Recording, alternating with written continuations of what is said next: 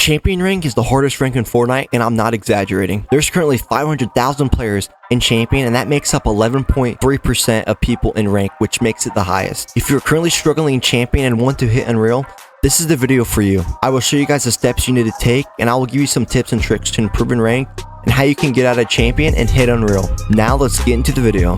One of the reasons why you are struggling in Champion is you are caring about your rank. What I mean by this is you are caught up when you die. You think, oh, did I go up and down in rank? You always have that percentage in the back of your mind, and that affects how you play and how you fight. You need to develop a mindset like, I'm going to take fights, I'm going to be confident, and I don't care if I die, because maybe I drop percentage in rank, and I'm not going to let one fight determine how the rest of the game or the gaming session will go for me. So stop worrying about your rank and worry about how you can improve and win more fights in Champion. The next tip I'll give you guys is warm up.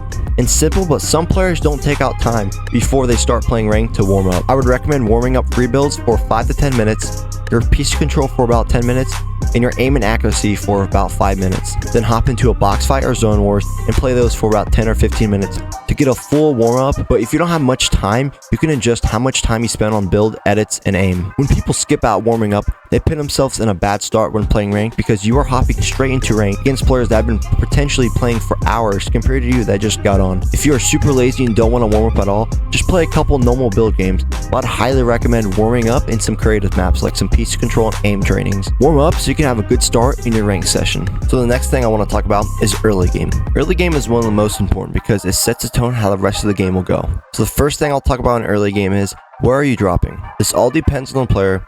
If you're a player that likes fighting off spawn and getting lots of kills early game, I'd recommend dropping Tilted Towers, Pleasant Park, Salty Springs, the Loot Lake Island, and Retail Row. If you want a decent amount of action early game, but you don't want the whole lobby landing with you, I'd recommend landing Lazy Links, Shifty Shafts, Paradise Proms, Risky Reels, and Westworld. But Westworld isn't a POI, but it's between Paradise Palms and Lucky Landing.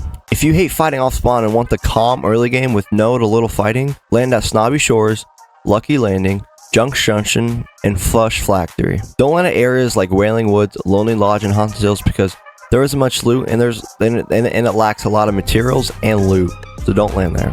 After you got down where you want your primary drop to be, practice the drop spot and try to get the best drop and try to land there first. You want to know where all the chest spawn and floor loot spawns are so you can loot as fast as you can and be effective. If you don't know how to practice that, go to Fortnite.gg, and it shows a whole map where all the chest spawns are, or floor loot spawns are, and everything like that. So make sure to get on that and know where everything is. When you master the chests and loot spawns, you have advantage above most players, because most players don't take time out to do certain stuff like that to practice chests and loot spawns, compared to somebody that's been practicing their drop spot at that POI and mastering everything there. So now let's talk about mid-game. Mid-game is very important, especially if you haven't fought anybody, because you need to get some kills before getting to end game so you can rank up and get a higher percentage when you rank up. You want to take smart fights, and what I mean by this is you want to fight people on the dead side of zone so you can make sure you're rotating on the dead side of zone and be on the lookout for players. Not everyone plays like this, and that's what makes it so good, because everybody will be fighting in the middle of zone,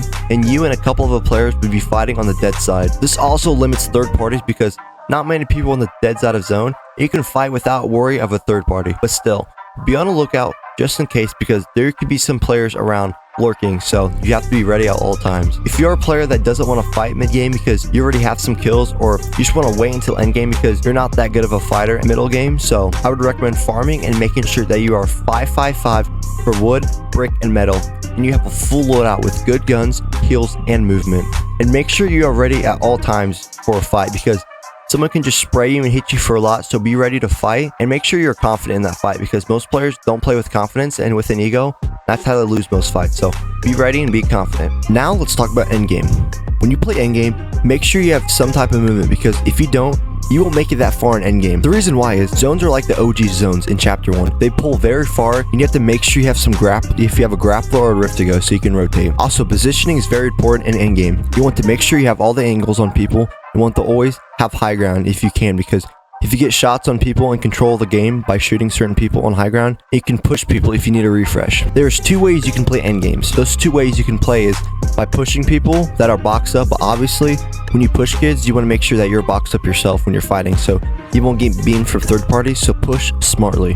The other way is going for placement, and only taking fights that are the ones that you need to get refreshes for mats and loot. You need to rotate for early zones and hold players in zones. Depending on how early and mid game went, I'd play a certain way. For example, if you had a good early game with a couple kills and good loot, but mid game you fought nobody, I would be more aggro when going to end game when it comes to that, when it comes around. Now let's say you had a terrible early game and you have not much loot and no kills. You need to W key mid game, and you need to play more safe when it comes to end game and rotate in zones first and hold players. Use your game awareness and play based on how early and mid game went. If you guys really enjoyed that video, make sure to like and subscribe. And if you guys are struggling in any rank, I'll recommend this video. I'll have a playlist right here for my Fortnite rank videos. So if you're struggling in general, I have so many other tips you guys can listen to and learn from. I'll see you guys in the next one. Peace.